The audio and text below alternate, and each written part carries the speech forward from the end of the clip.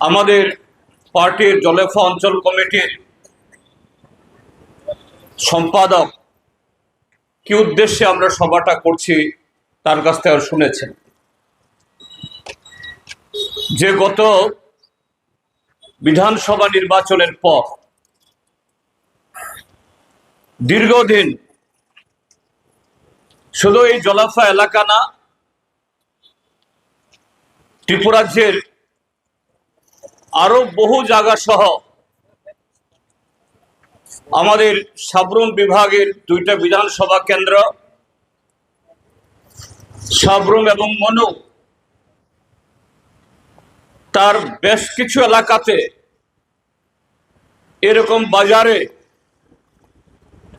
যে একটা রাজনৈতিক দল হিসাবে তাদের মিছিল, মিটিং, সভা ইত্যাদি করার যে অধিকার,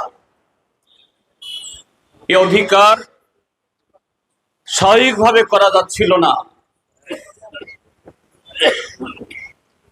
দেশের বিধানসভা নির্বাচনের পরপরই এই গোটা এলাকা দমদমা, থাইবং, জলেভা বাজারও বিভিন্ন পাড়াগুলোতে অনবরত সন্ত্রাস, চাঁদার জুলুম, হুমকি ইত্যাদি। এই জলেভা বাজারে আমাদের একটা পার্টি অফিস আছে। এই পার্টি অফিস এই সময়ের মধ্যে তিনবার আক্রান্ত হয়েছে। তার দরজা জানালা বারবার ভেঙে ফেলা হয়েছে। এখনো সে পার্টি অফিসের সে অবস্থা। তো সেই জায়গায় দাঁড়িয়ে আমাদের পার্টি তারা বারবার অনুভব করছিলেন যে না, একটা রাজনৈতিক দল হিসাবে সব সময় না হলেও জলেফা বাজারে আমাদের কিছু কর্মসূচি করা দরকার, জনগণের কাছে আমাদের বক্তব্য পৌঁছানো দরকার। এই এলাকার এই বিধানসভা কেন্দ্রের নির্বাচিত সদস্য হিসাবে ঘরে ঘরে যেতে না পারলেও অন্তত বাজারে দাঁড়িয়ে যদি আপনি কথাবার্তা কিছু বলেন,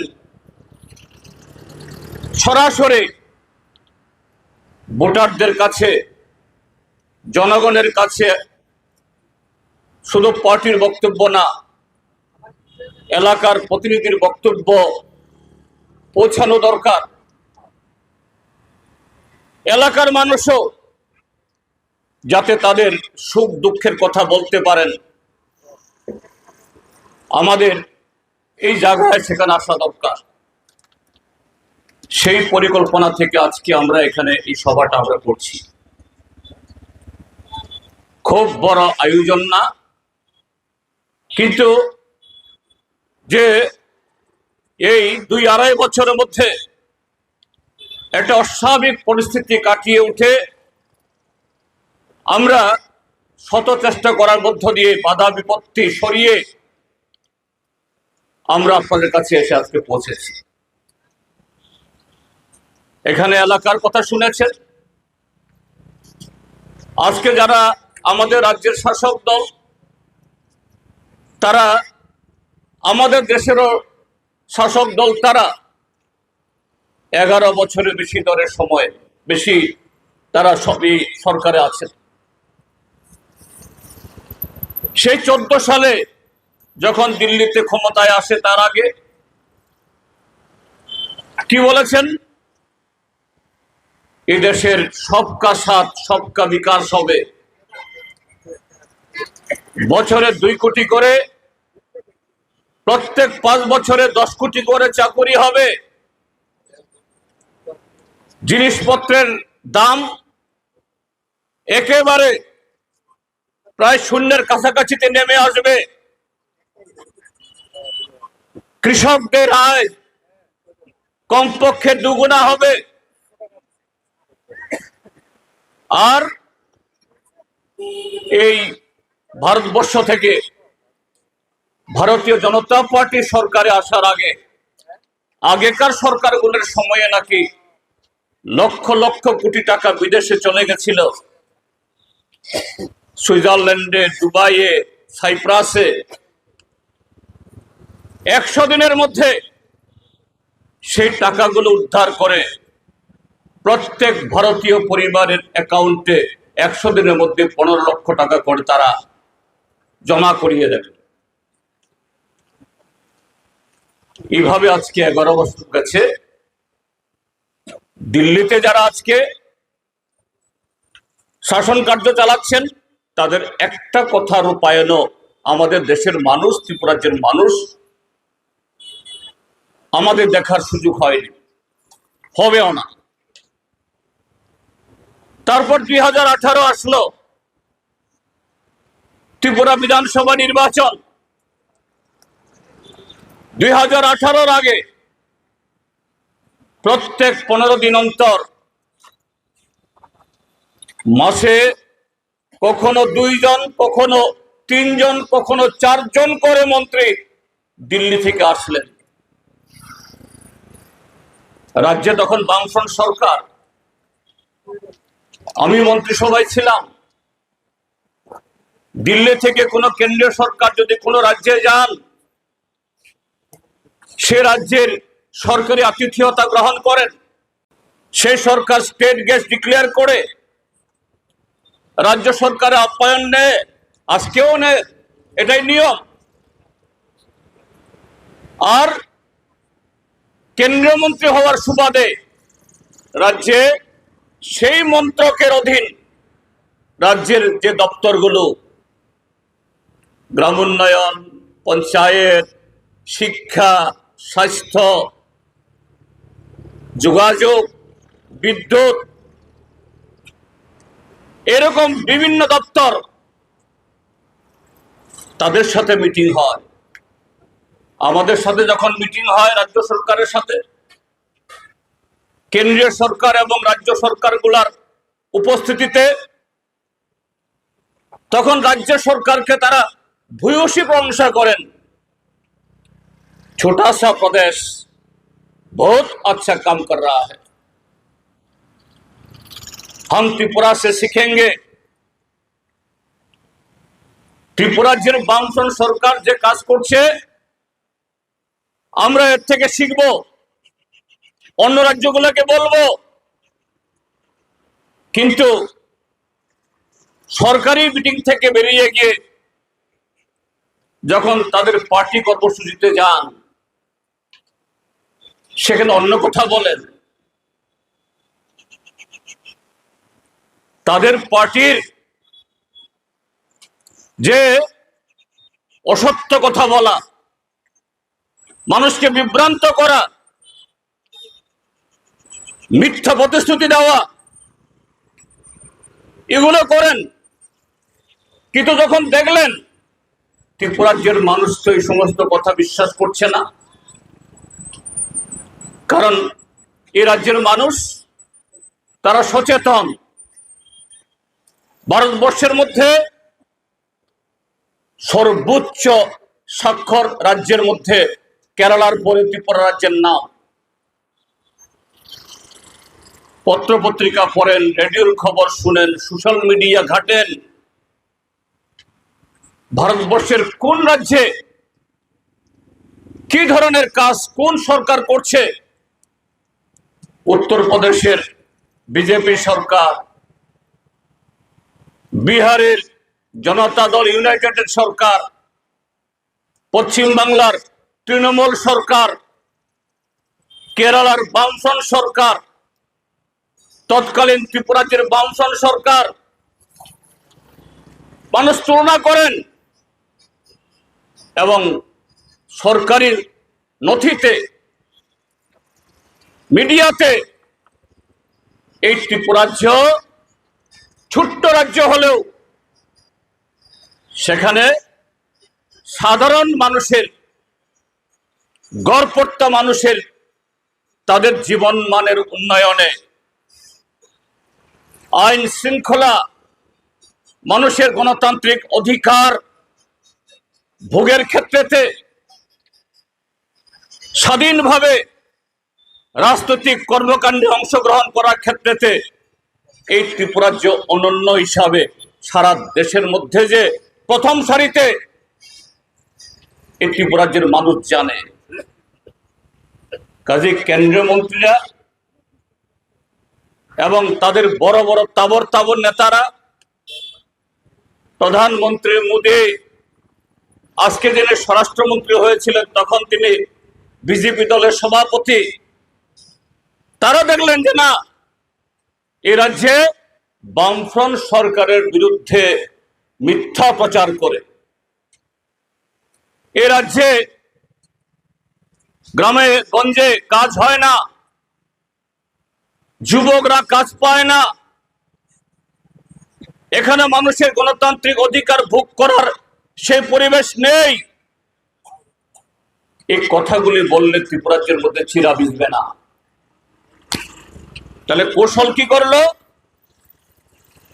18 বিধানসভা নির্বাচনে বামফ্রন্ট সরকার 25 বছরে যা করেছে, যদি ডাবল ইঞ্জিনের সরকার হয়,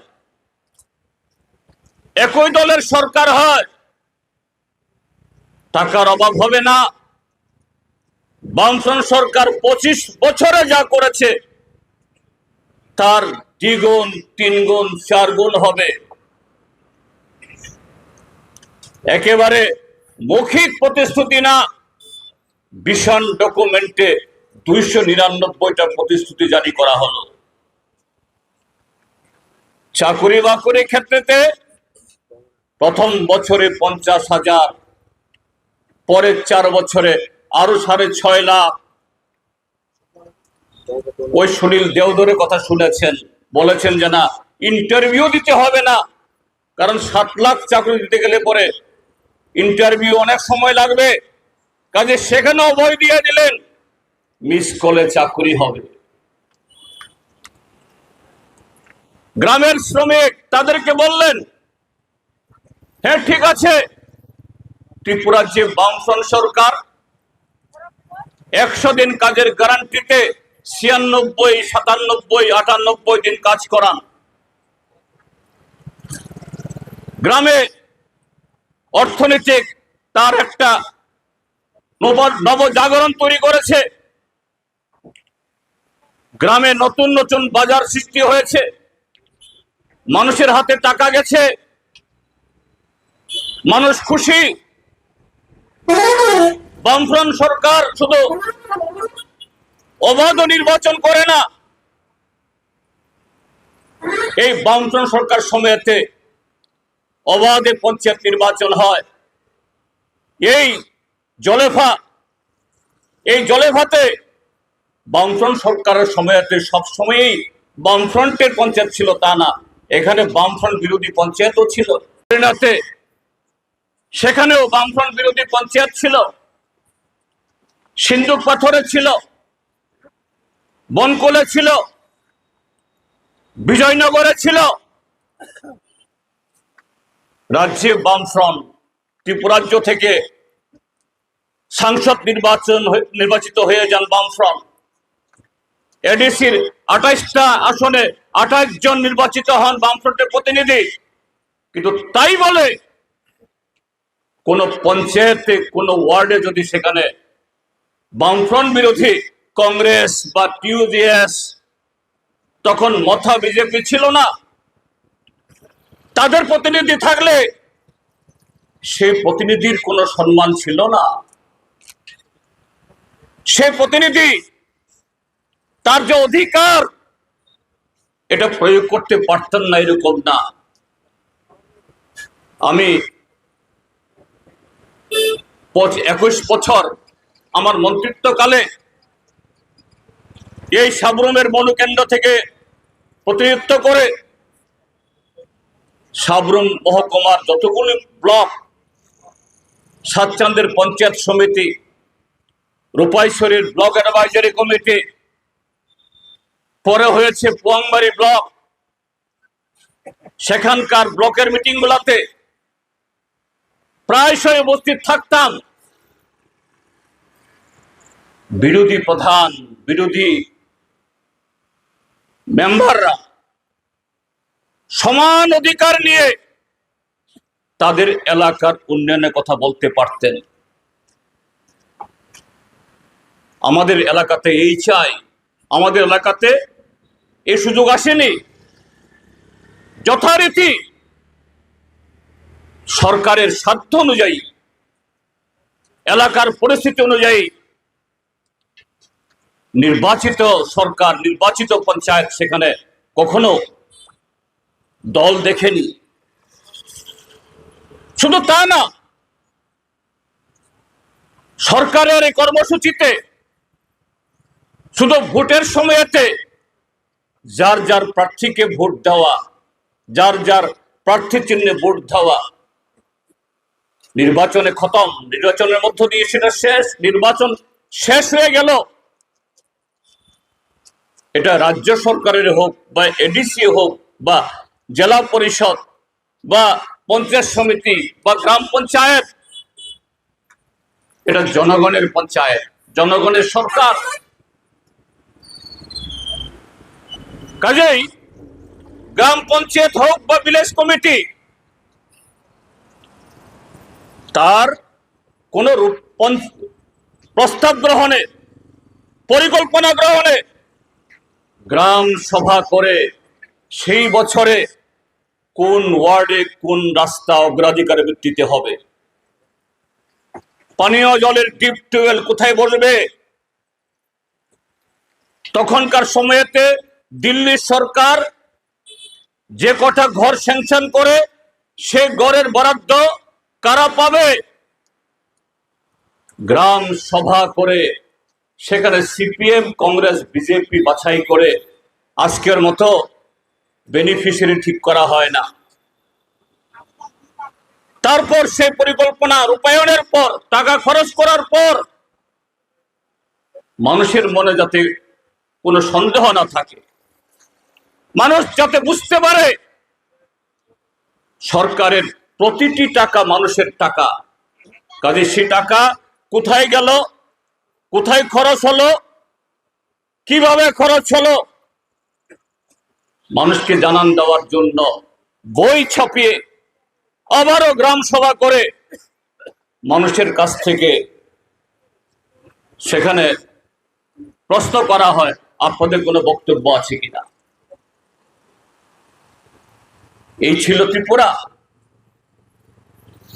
গণতন্ত্রের বিকেন্দ্রীকরণ সত্যিকারের। অন্তিম ব্যক্তি, দুর্বল ব্যক্তি, আমরা যারা দল করি সেখানে দলের পক্ষ থেকে কেউ না কেউ বলার সুযোগ পায়, কিন্তু যে দল করে না, কোন দল করে না, তার কথা কে বলবে। কাজে তাকে বলা হয় অন্তিম ব্যক্তি। সে অন্তিম ব্যক্তি কথা বলার সুযোগ পায় কোথায়? গ্রাম সভাতে। এবার এই ওয়ার্ডে 10টি ঘর হবে, আমাকে একটা দিন। আমার ঘর অমুক ওয়ার্ডে, রাস্তা নেই। কাজেই এবার যে গ্রাম পঞ্চায়েতের রাস্তা হবে, সুলিং হবে, কালভার্ট হবে, আমার বাড়ির পাশে যে রাস্তাটা ঠিক করো। সেই মিটিংটা সিপিএম, কংগ্রেস, বিজেপির নামে ডাকা হয় না, গ্রাম সভা। আজকে আছে এগুলো। কাজে ত্রিপুরাজ্যের মানুষ, এই মানুষকে ঠকানো যাবে না। এই জন্য বলা হলো ডাবল ইঞ্জিনের সরকার যদি হয়, 4 ডাবল কাজ হবে। কর্মচারীদের বেতন 2 গুণ, 3 গুণ, 4 গুণ হবে। এরিয়ার পাবেন, 100% ডিএ পাবেন। রেগাতে 100 দিনের জায়গাতে 200 দিন কাজ, 170 টাকা যে মজুরি। একেবারে প্রথম মন্ত্রিসভাতেই 200 দিন কাজের স্যাংশন, 340 টাকা মজুরির স্যাংশন হয়ে যাবে। আজকে 7.5 বছর। এইভাবে মিথ্যার উপর দাঁড়িয়ে এই সরকার এসেছে। বিজেপি আইপিএফটি জোট সরকার, ওদিকে আইপিএফটিকে নিয়ে ট্রাইবেল এলাকাতে আরো বেশি মিথ্যা, বড় মিথ্যা, কি 6 মাসের মধ্যে ত্রিপুরাল্যান্ড হবে। ত্রিপুরাল্যান্ড হওয়া মানে হলো নতুন রাজ্য, নতুন রাজধানী, নতুন জেলা, নতুন মহকুমা, নতুন ব্লক, নতুন পুলিশ বাহিনী, নতুন স্টেট রাইফেলস। এখন ত্রিপুরা পুলিশ থাকবে না, ত্রিপুরাল্যান্ড পুলিশ। টিএসআর থাকবে না, ত্রিপুরাল্যান্ড রাইফেলস। হাজার হাজার চাকরি। একদিকে ভিশন ডকুমেন্টের ডাবল, ত্রিপুরাল্যান্ডের আরো ডাবল। এডিসি এলাকা, ট্রাইবেল এলাকা তো একেবারে সুইজারল্যান্ড হয়ে যাবে, ইউরোপ হয়ে যাবে। এইভাবে সরকার এসেছে। কিন্তু সরকার আসার পর গত 7.5 বছর তাদের সেই বাণী, তাদের সেই মিষ্টি মিষ্টি কথাগুলি আর নেই, সেই প্রতিশ্রুতিগুলোর আর উচ্চারণ নেই। নেতাদের, মন্ত্রীদের বক্তৃতাতে একবারের জন্য তার উল্লেখ নেই। গত 7.5 বছর মিথ্যা প্রতিশ্রুতির উপরে দাঁড়িয়ে যে সরকার আসার পর এবার সন্ত্রাসের উপর ভর করে ক্ষমতায় টিকে থাকতে হবে। পার্টি অফিস ভেঙে ফেল, কারণ এগুলি গণতান্ত্রিক আন্দোলনের কেন্দ্রস্থল। এই পার্টি অফিস খোলা থাকলে গ্রামের এই যে অনুন্নয়ন, আজকে যে লুট চলছে, শুধু জনগণের অর্থ লুট না, চাকরির লুট না, ভোট লুট, ভোট তোর অধিকার, এগুলো হরণ হয়ে যাচ্ছে। কাজেই পার্টি অফিসগুলা খোলা রাখা চলবে না। বিরোধী দলগুলোর কাজকর্ম বাতিল করে দিতে হবে। এইভাবেই 5 বছর আগে এই 18তে এসেছে, গত 2023 সেখানে ডুবতে গিয়ে ওই দালাল পার্টি ত্রিপুরা মথা, তাকে দিয়ে 20টা রিজার্ভ বিধানসভা কেন্দ্রের বাইরে আরো 22টা কেন্দ্রে সেখানে প্রার্থী দাঁড় করিয়ে, যেখানে তাদের জিতবার বিন্দুমাত্র কোনো ধরনের সম্ভাবনা নেই, সেখানে ট্রাইবেলদের ভোটদেরকে কেটে ওয়ান লাস্ট ফাইটের নামে সংখ্যালঘু ভোট পাইয়ে এই বিজেপি সরকারকে দ্বিতীয়বার আজকে এরা প্রতিষ্ঠিত করেছে। কিন্তু শয়তান যারা অসৎ কর্মের মধ্য দিয়ে, মিথ্যার বেসাতি করে, জনগণকে ধোঁকা দিয়ে যারা ক্ষমতায় আসে, এরা কখনো নিজেদেরকে শুধরাবার চেষ্টা করে না। এটাই আমাদের জীবনের অভিজ্ঞতা। এটা রাজনীতিতে হোক, ব্যবসা বাণিজ্য, সংসার কার্য থেকে শুরু করে সমস্ত ক্ষেত্রেতে এটাই হলো পরম্পরা। আজকে আমরা দেখি গত আড়াই বছরে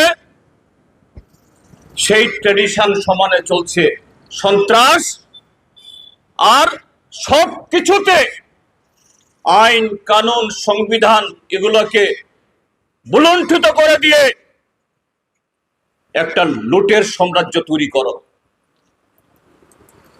মন্ত্রী লজ্জার মাথা খেয়ে বলছে, আমরা তো ঘুষ খাই, কমিশন খাই, সোর্স মানি থেকে টাকা নেই, যেন এটা তাদের অধিকার। এই কথাগুলো আমরা বারবার বলছিলাম। শাসক দলের নেতারা এই যে গেল শারদ উৎসব গেল, দুর্গাপূজা গেল, কি প্রত্যক্ষ করেছি আমরা?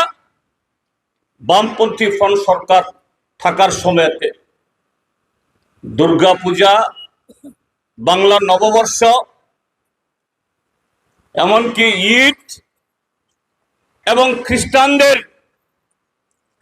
বড়দিন, এসব সময়ে সে অংশের লোকজন যাতে তারা তাদের পরিবারে একটু নতুন আয়ে কিছু অতিরিক্ত যদি তারা আয় করতে পারেন, তাদের ঘরে টাকা যায়, সেই পরিবারে সুখের ঢেউ আসে। আর এটাকে কেন্দ্র করে সে অর্থ যদি গ্রামে যায়, গরিব মানুষের হাতে যায়, সেই গরিব মানুষ, জলেফার মানুষ জলেফা বাজারেই খরচ করবেন, বড় জোর সাবরুমে যাবেন। সেই টাকা পেয়ে সে মানুষকে কলকাতা যাবেন না, আগরতলা যাবেন না। এই রেগার টাকা, এগ্রিকালচারের টাকা, হর্টিকালচারের টাকা, ফিশারির টাকা, গ্রামীণ পরিকাঠামো, এতে যে টাকা খরচ হয়, এতে গ্রামের বিকাশ হয়। আজকে এগুলো অনুপস্থিত। এখন টাকা আসে না তা নয়, আমার আগের বক্তা বলেছেন কমরেড বাগা, টাকা আসে। তাদের মন্ত্রী, প্রাক্তন মুখ্যমন্ত্রী, তিনি তো বলছেন 22,000 কোটি টাকা এনেছি আমরা। 15 বছর নাকি এই 22,000 কোটি টাকা দিয়ে ত্রিপুরাজ্যের রাস্তা মেরামত হবে, 15 বছরে আর সেখানে কোনো হাত দিতে হবে না। আজকে রাস্তার চেহারা কি? তাহলে এই 22,000 কোটি টাকা কোথায় চলে গেল? ওই পানীয় জলের জন্য অটল জলধারা, আরো কি কি মিশন নাম দিয়ে হাজার হাজার কোটি টাকা দিল্লি থেকে আসছে। আর এমন ভাবে পর্দাগুলো তৈরি করা, তার একটা অংশ দিল্লির লোকেরা পায়, আর বড় অংশ এখানে ওই রাজ্য স্তরে তাদের যারা নেতারা আছেন, এবং ওই মন্ডল থেকে শক্তি কেন্দ্র পর্যন্ত আস্তে আস্তে গিয়ে জনগণের কাছে আর যায় না। কাজেই রাস্তার অবস্থা বেহাল, পানীয় জলের ঘরে পাইপ আছে, জল পড়ে না, বিদ্যুতের লাইন আছে, দিনে কতবার সেই বিদ্যুৎ উঠানামা করে, তার কোনো ইয়ত্তা নেই। এখন তার উপরে আবার নতুন করে শুল্ক চাপানো, অর্থাৎ বিদ্যুতের দাম বাড়িয়ে মানুষের জীবনে নাবিশ্বাস সেখানে আনছে। এগুলোর বিরুদ্ধে আজকে মানুষ ক্ষুব্ধ, সোচ্চার। আমরা যারা বিরোধী দল, আমাদের দায়িত্ব এটা। আমাদের সম্পাদক বলেছেন, লোকাল সম্পাদক, আমরা আক্রান্ত, রক্তাক্ত, কিন্তু জনগণের এই ন্যায্য দাবি, রেগার কাজ, গ্রামের রাস্তাঘাট, পানীয় জল, বিদ্যুৎ, বালুয়ারি কেন্দ্রে শিশুদের পুষ্টিকর খাদ্য, স্বাস্থ্য কেন্দ্রে স্বাস্থ্য পরিষেবা যেগুলো ভেঙে পড়েছে, এগুলো যতদিন সচল হবে না, কমিউনিস্ট পার্টি তার লাল ঝান্ডা নিয়ে তার মাথার উপরে, তার পিঠে যত আঘাতই পড়ুক, আমরা দায়বদ্ধ। এতে 5 বছর শেষে আমরা ভোটে জিতে আসলাম কি আসলাম না, এটা পরের ব্যাপার, কিন্তু কমিউনিস্ট পার্টির কাছে এটাই বড় স্বীয় দায়িত্ব। জনগণের সে বক্তব্য আমরা পৌঁছাবো। কাজে সে বক্তব্য পৌঁছলে আজকে মন্ডলের নেতা ওই সাবরুমের 5 বছর আগে মিথ্যা প্রতিশ্রুতি দিয়ে 5 বছর বিধায়ক হয়েছেন, কিভাবে ফুলেছে দেখছেন আপনারা। এখনো মনে করে শুধু বিধায়ক না, তিনি দক্ষিণ ত্রিপুরার মুখ্যমন্ত্রী। আমাকে এই সাবরুম বিভাগের কিছু অফিসার, স্যার আমাদের নাম বলবেন না স্যার, আমাদের তো কাজ করতে হবে স্যার, প্রতিদিন অফিসে এসে বসে থাকে, কাজ করতে পারি না, থানায় গিয়ে বসে থাকে, সেখানে নানাভাবে অন্যায় চাপ সৃষ্টি করে। ওই PWD, drinking water, sanitation block, সেখানে সরকারি মিটিংয়ে প্রাক্তন এমএলএ হিসাবে নিমন্ত্রিত হওয়ার কোনো সুবিধা নেই, কিন্তু এত নির্লজ্জ, এত বেহেয়া, এটা শুধু সাবরুমের একজন না, সারা ত্রিপুরার যে আজকে এইভাবে সংবিধান বহির্ভূত কিছু লোক, এরা ভাবছে ত্রিপুরাজ্যের জনগণের টাকা, ত্রিপুরা সরকারের টাকা মানে হলো বিজেপির বাপের টাকা।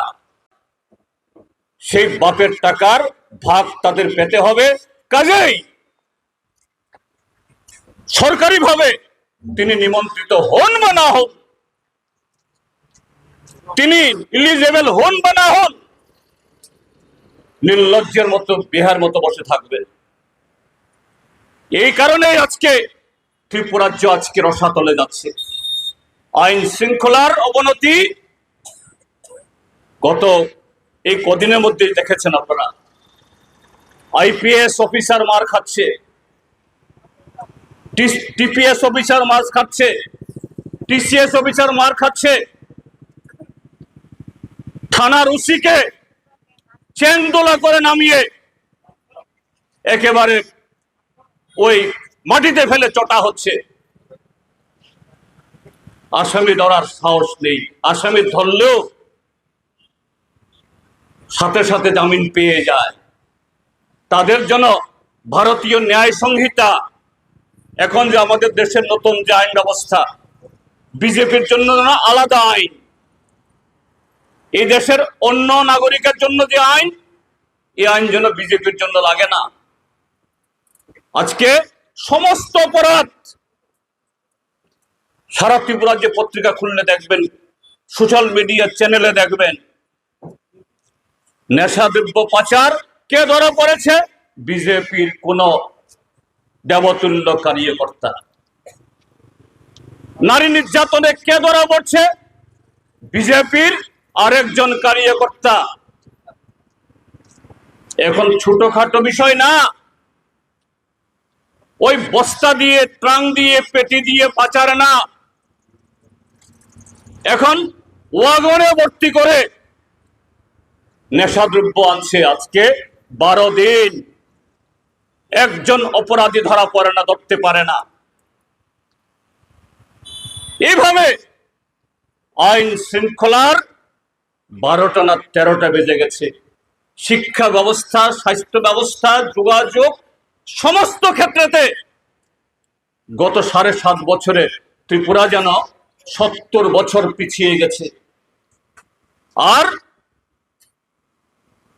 রাজনৈতিক যে ত্রিপুরাজ্যের মধ্যে একটা সুনাম ছিল, 90, 92, 93% মানুষ উৎসবের মতো করে মায়েরা কোলে শিশু নিয়ে ভোট কেন্দ্রের লাইনে করে ভোট দেয়।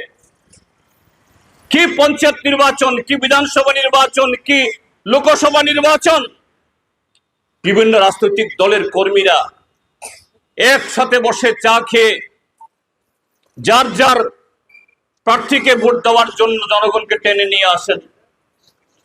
ভারতের নির্বাচন কমিশনও এই ত্রিপুরাজ্য সম্পর্কে সারা দেশকে জানান দিতে বাধ্য হন।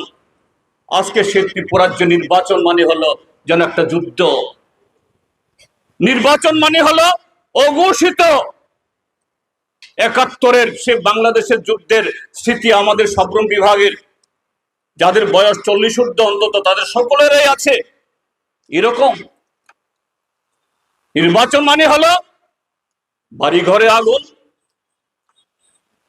পথে ঘাটে মানুষের রক্তাক্ত হওয়া, ঘর থেকে বেরোনো যায় না, আত্মীয় স্বজন বন্ধু প্রতিবেশী সহকর্মী কেউ ছাড় পায় না। একটা অজানা অচেনা ত্রিপুরা। কিন্তু তারপরও শাসক দলের নেতা মন্ত্রীরা এগুলো স্বীকার করতে চান না। কিন্তু জনসভা ডেকে সংগঠনের উদ্যোগে মানুষকে ডেকে নিয়ে এসে সে কথা বলার ক্ষমতাও নেই, সেভাবে লোক আসে না। এখন বিজেপি দলের মিছিল মিটিং মানে হলো ওই অঙ্গনওয়াড়ি কর্মী, স্কিম ওয়ার্কার, বাক্সা পার্টি না কি জানি বলে মহিলাদের সেলফ হেল্প গ্রুপ, এদেরকে হুকুম জারি করে উমুক দিন উমুক নেতা আসবে, বাক্সা গ্রুপের সবাই আসতে হবে।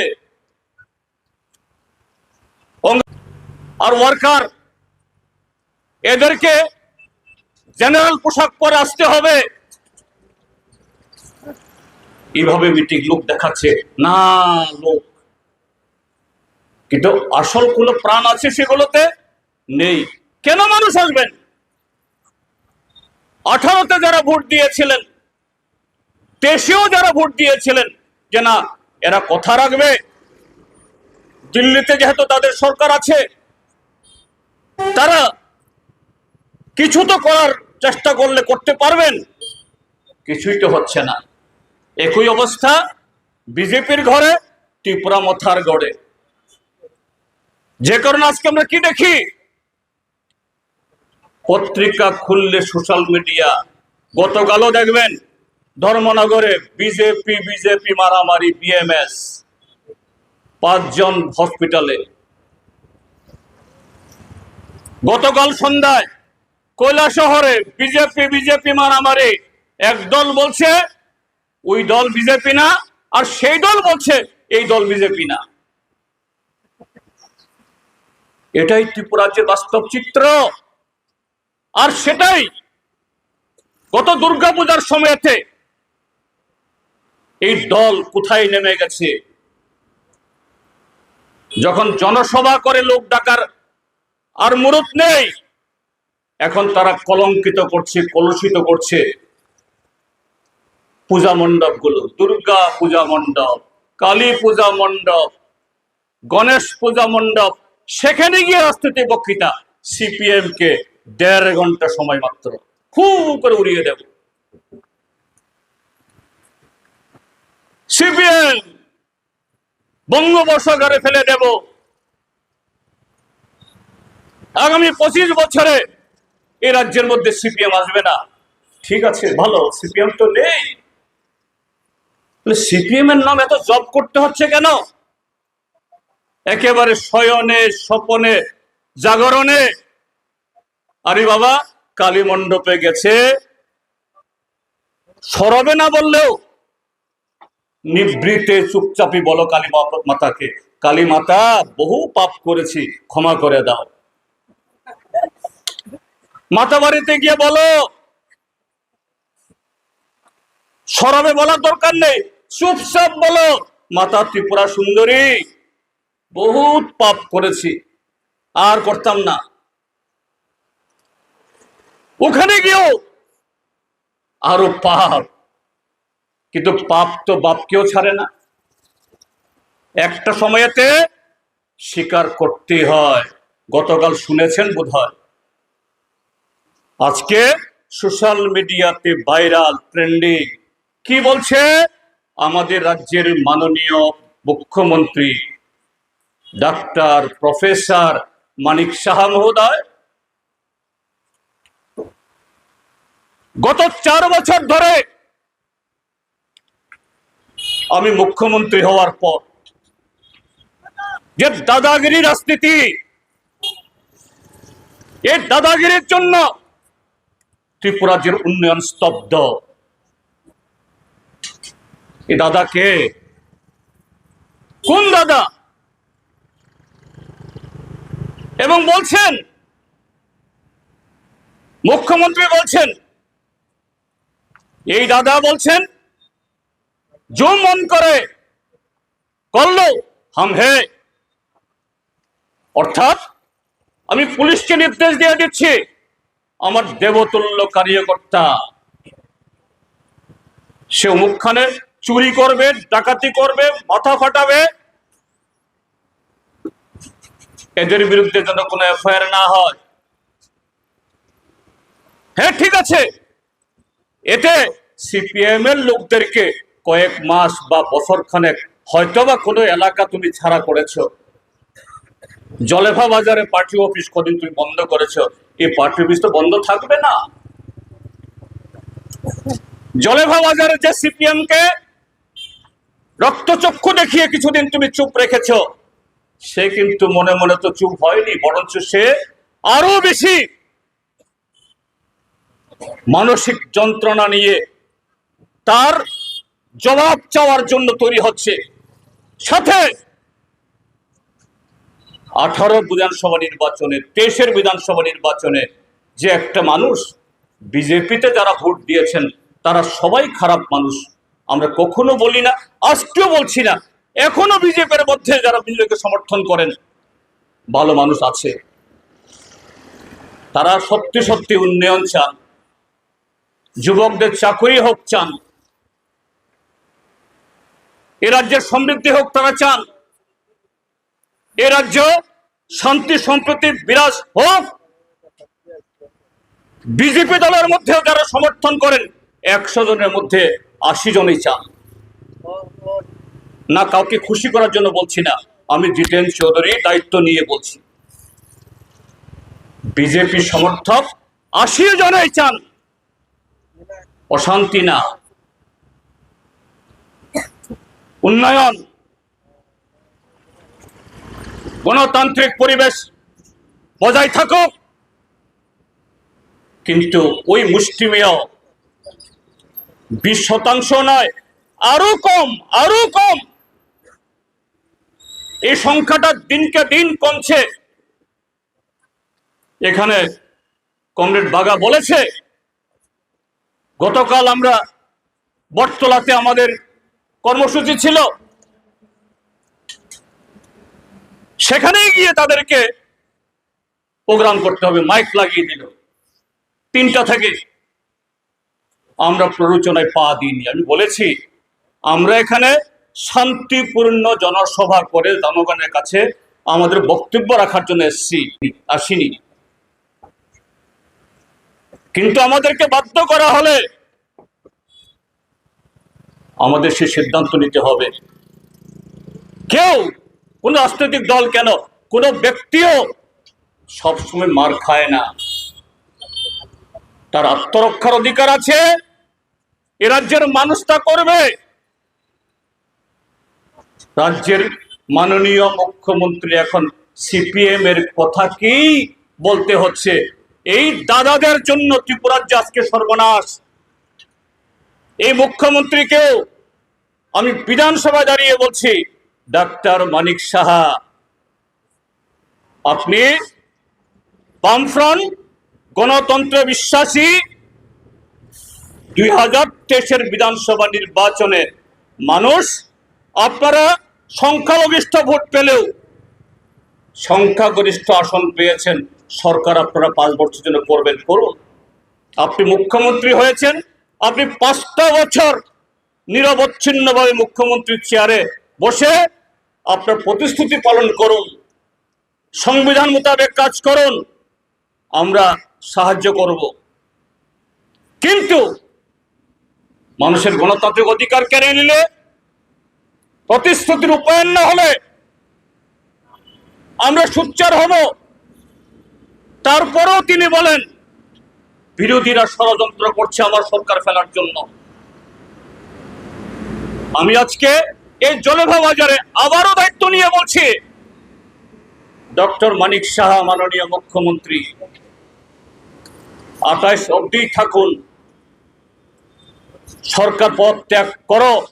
এই স্লোগান আমরা এখনো তুলিনি, তুলতে বাধ্য হব না জানি না, কিন্তু আজকে অবধি বলছি মানুষ আপনাদেরকে 5 বছরের জন্য ভোট দিয়েছে, আপনি কদি থাকুন, কিন্তু আপনার পায়জামা পাঞ্জাবি কে খুলতে চেষ্টা করছে? আপনার পেছনে কে আঘাত করতে চেষ্টা করছে? দেখুন, একদিকে আপনার দলের লোক, আপনি ঠিকভাবেই চিহ্নিত করেছেন, দাদা। কোন দাদা সে? আকার ইঙ্গিতে বললে হবে না, প্রকাশ্যে বললেন হিম্মত থাকলে। আরেক দাদা গত 23 তারিখ টিপ্রাসাদের দাবি, টিপ্রাসাদের দাবি না। আরে টিপ্রাসাদের দাবি যদি হয়, বিজেপি যদি টিপ্রাসাদের দাবি তোমাদের চুক্তি যদি রূপায়ণ না করে, তুমি কেন রয়েছ মন্ত্রিসভাতে? মন্ত্রিসভা থেকে বেরিয়ে আসো। মন্ত্রিসভায় থেকে ঘি, মাখন, রসগোল্লা, চমচম সব খাবে, আর জনগণকে বলবে সাধারণ মানুষকে রাস্তায় নেমে মারামারি করো, তার মাথা ফাটাবে, পুলিশ টিয়াসারের কুমোর ভাঙবে। এরাও তো আমাদের রাজ্যের সন্তান। কেন কেন 23 তারিখের সে বল? জনবিচ্ছিন্নতা থেকে জনগণের দৃষ্টি, এরা জনবিচ্ছিন্ন, কাজে মানুষের দৃষ্টি যাতে অন্যদিকে সরিয়ে দেওয়া যায়। পাহাড়ি বাঙালির মধ্যে আবার অবিশ্বাসের বাতাবরণ তৈরি করা। ত্রিপুরাজ্যের মানুষ এখন আর এত বোকা না। ত্রিপুরাজ্যের মানুষ এদের সমস্ত চক্রান্তকে প্রতিহত করবে। মাননীয় মুখ্যমন্ত্রীকে বলবো, শুধু ওই দাদা না, এই ছোট ভাইটাকেও দেখুন। এরাই আজকে আপনার জামা খুলতে চাইছে। এই সরকারের 12টা বাজাচ্ছে। এই রাজ্যের বেকার যুবকদের জীবনে সর্বনাশ কমিয়ে আনছে। এই রাজ্যের ক্ষেতমজুর, কৃষক, জমিয়া, তাদের জীবনে সর্বনাশ ডেকে নিয়ে আসছে। তার বিরুদ্ধে ঐক্যবদ্ধ হন। আমরা সিপিআইএম এর তরফ থেকে ত্রিপুরাজ্যের সমস্ত অংশের গণতন্ত্র প্রিয়, শান্তিকামী, উন্নয়নকে মানুষের কাছে আমাদের এই আবেদন। কাল সিপিএম এর লাল ঝান্ডা ধরতে হবে, সিপিএম কে ভোট দিন না, এই কথা বলার সময় আরো আছে, কিন্তু বলবো শান্তি এবং গণতন্ত্র,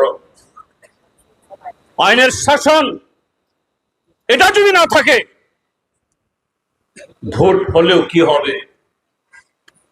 কাজে আইনের শাসন চাই, গণতন্ত্র চাই, সংবিধান অনুযায়ী যাতে মানুষ তার কথা বলার অধিকার পায়। এই যে দেখলেন একজন মহিলা, মাধুরী বিশ্বাস নামে একজন মহিলাকে গতকাল পুলিশ ধরেছে।